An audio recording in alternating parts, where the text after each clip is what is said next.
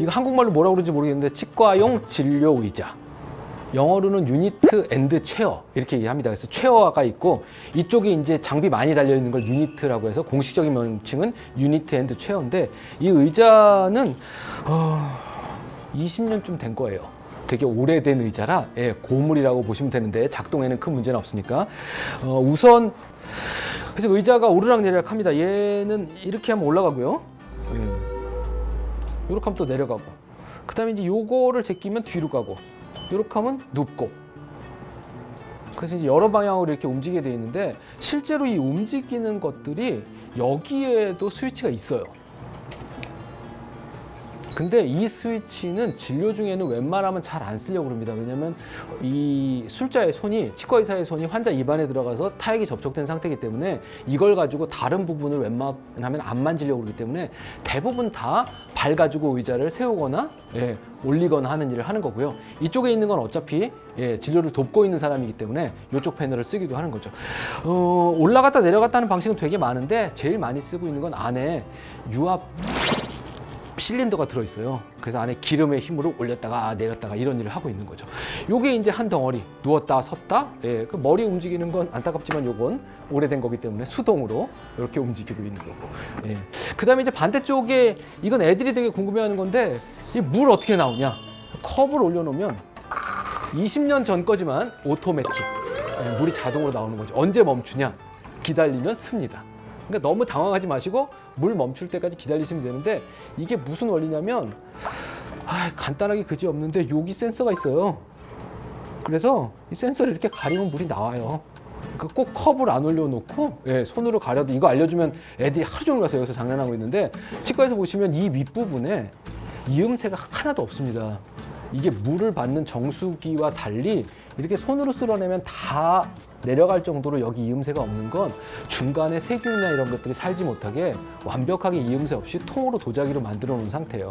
이렇게 물을 놓는다는 얘기는 환자가 양치를 할 것이다 라는 얘기고 환자가 양치를 하고 나면 여기서 자동으로 물이 좀 나와서 이렇게 한 바퀴 돌아갑니다.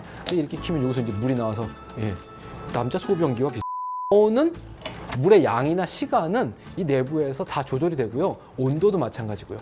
그 다음에 가끔 이제 물이 너무 많이 나왔으니까 이 물이 무슨 물이냐? 아리수냐? 이런 거 물어보시는 분이 있는데 치과용 유니트 체어에 들어오는 물은 관이 다르게 생겼습니다. 관이 다르다는 얘기는 별도의 관을 가지고 저쪽 안쪽에 있는 기계실에 정수기가 따로 있고요. 의료용 정수기를 따라서 관을 새 걸 꽂아서 유니트 체어로 나오는 거죠.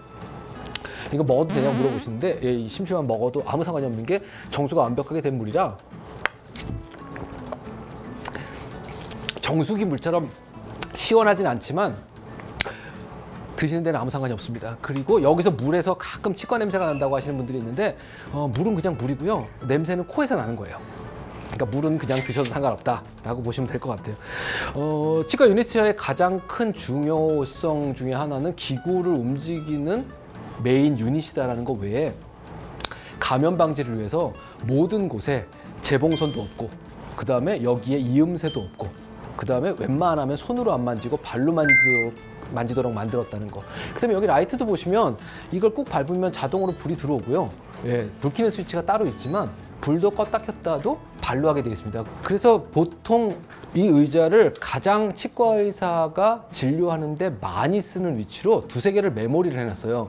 저는 이제 이렇게 눌러놓으면 제가 가장 많이 보고 있는 위치로 눕습니다.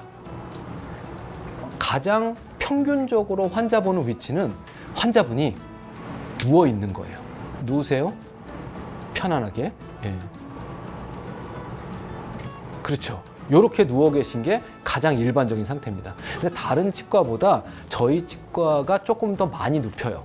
이게 환자의 머리와 무릎이 거의 같은 높이에 있을 때가 교과서에 나온 올바른 위치입니다. 여기 앉아서 환자를 이렇게 보는 거죠.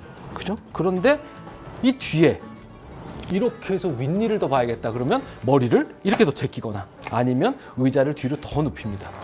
이렇게까지도 누워요. 근데 이렇게 누우면 환자가 이렇게 미끄러져 떨어지기 때문에 이 자세는 거의 쓰지 않고요. 가끔 이제 혈압이나 이런 문제 때문에 환자가 쓰러지거나 이러시면 머리 쪽으로 피 가라고 이렇게 완전히 눕히는 경우도 있긴 있습니다. 올리는 높이는 이게 최대고요. 이렇게 내려가기도 하고요. 예, 이렇게 세우기도 하고. 예전에는 치과 의사들이 서서 환자를 봤답니다. 그래서 대부분의 옛날 포지션은 환자가 약간 눕고 이렇게 된 상태에서 치과 의사가 저쪽에 서서 환자의 입을 들여다보면서, 만약에 이제 왼손잡이면 이쪽에 서서 이렇게 치료를 했던 거죠. 근데 지금은 대부분 다 누워서 하고요.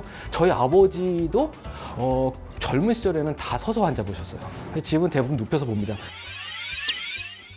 자, 치과형 의자에 앉아서 치료 받으실 때 혹시라도 이건 뭐지? 라고 궁금한 점이 있었던 게 추가적으로 더 있으시면 댓글 달아주시면 제가 댓글에 친절하게 답변을 달던가 아니면 다음 컨텐츠에서 그 부분을 또 달아보도록 하겠습니다.